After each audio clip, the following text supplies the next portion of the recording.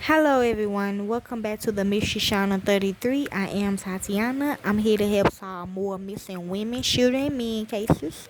I'm here to break the codes if I see any. I'm here to see where their bodies are located if they know. And I'm also here to see if they allow deceased bodies to the exchange identity or misidentity. You already should know who's involved, so let's begin. This is titled Steve Cloyd and Nancy Tucker Still Missing After Hurricane Helene. This how they look. Okay, I seen the man on the left. I seen him on the People's Court, and I seen her on the right on Judge Mathis. Okay, now I told y'all they probably wasn't. Hey, okay, they went missing from the show, right? But I think when they went missing, them traffickers started the hurricane to like wipe them away, so they could be an immigrant. Okay, that we gonna find out. Okay, so let's begin. Two people in Jonesboro, Tennessee are still missing after Hurricane Helene swept through their town on September the 27th, sweeping them away with it. Stephen Cloyd, a 60-year-old husband, father, and grandfather, and Nancy Tucker, a 76-year-old wife, are missing, and the searches for them appear to have stalled. Whew. Okay. I'm trying to figure out what that mean. I forgot. Steve and I had celebrated 36 years of marriage, and we actually went to Dollywood on the 22nd of September to celebrate, and it was a good day filled with beautiful memories. Now I know what type of trafficker this is writing this. Okay, she said yeah. She said actually it was funny because Steve didn't like selfies. But he said to me that day, "What? No selfies?" So then I broke out the camera and we did some selfies.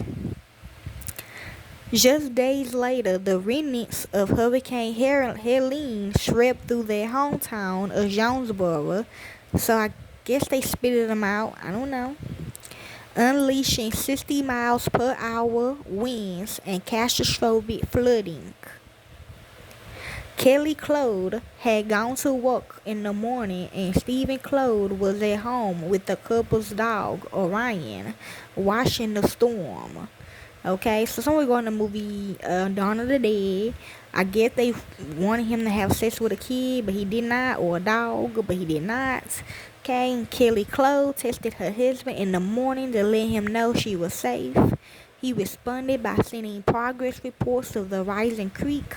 Between 10:30 to 11, he began sending videos and saying he was running out of green. That's another movie called Unfriended. Around 1 o'clock is when his messages to me started getting a little more desperate, saying the basement's feeling. That's the movie. Truth or Dare. That was her grandson. Noah Chapman. Kelly Cloyd said, he said the basement started to feel. It sounded like it's the end here. Around 2 o'clock, he calls me and says to me, "I am calling you because this is not good."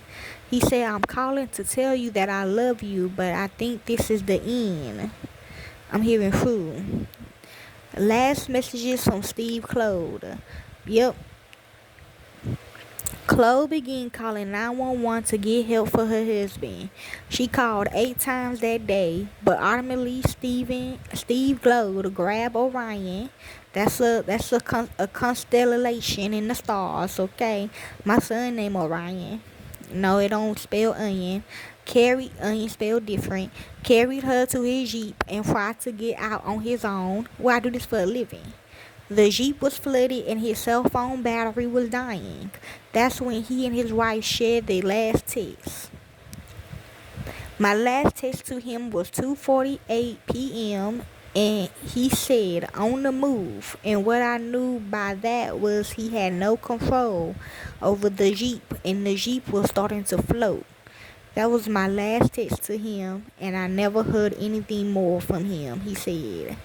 And this another man. His name is Jimmy. Jimmy and Nancy Tucker was in their trailer when it swept away by flooding. She said she don't think this her real husband. Okay, this picture, why this picture like in the movie, Extreme movie, when I asked this older couple, like, should you mess around before you get married or whatever? Okay.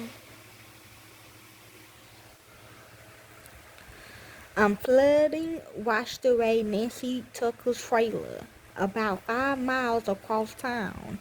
Jimmy and Nancy Tucker was home when the flood waters began to rise. Her nephew, Johnny Horton, said he got a call from his aunt while it was happening. She said, "We are in crisis here." When I asked her what's going on, she said, "We are being flooded."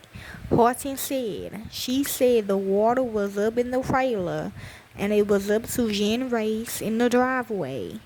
That's when I knew it was very bad, and I told her, Nancy, you got to go." Okay, yes, okay, yes. Horton said Tucker was worried about their dogs, like my other friends, okay? Packing food for them in the car. She and her husband was inside their home when it was swept away by floodwaters and taken down river for at least half a mile. Floodwaters is a song by my dad, okay? Yes. Tucker's husband was found dead a few days after the flood, about 2 miles from home, but Tucker is still missing. Searching for Steve Cloyd. When Steve and Kelly Cloyd's son heard their dad was in trouble, they traveled from Illinois to begin searching for him. The next day, their dog was found alive in the Nolishucky River. 2 days later, that was my fault because I was doing research, okay, I thought it was based on a real serial killer, okay. 2 days later, they found Steve Cloyd's Jeep. Its freedom panel torn out from the inside, a sign that he had escaped. The Jeep was found 3/10 of a mile from their home.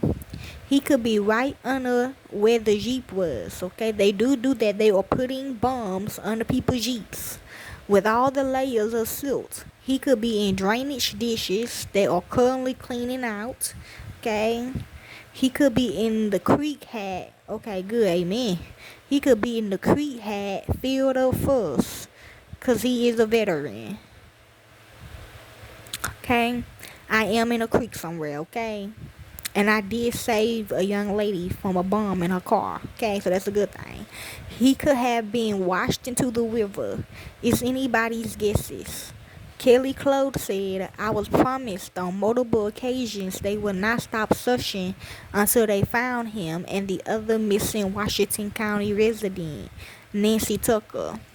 Sheriff Keith Sexton confirmed that until Steve Cloyd and Nancy Tucker was found, the will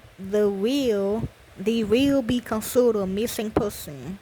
Steve Cloyd's brother, Gary Cloyd, said the family is still searching.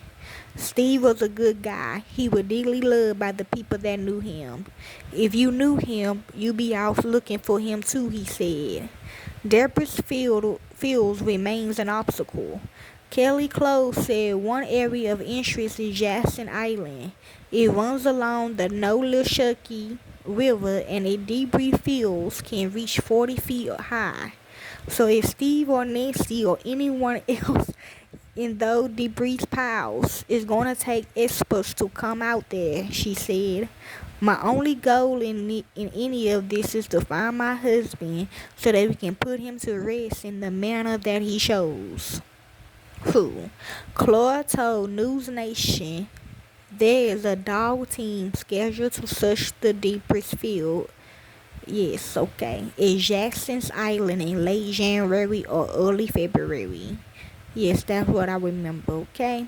And that's all the information they have of them. If you would like to help with this case, you can. I don't do it for the fame or the money. I do it because it's what I love to do. And to the real families of these victims, corporate America will set you up. Thank you, peace, and be safe.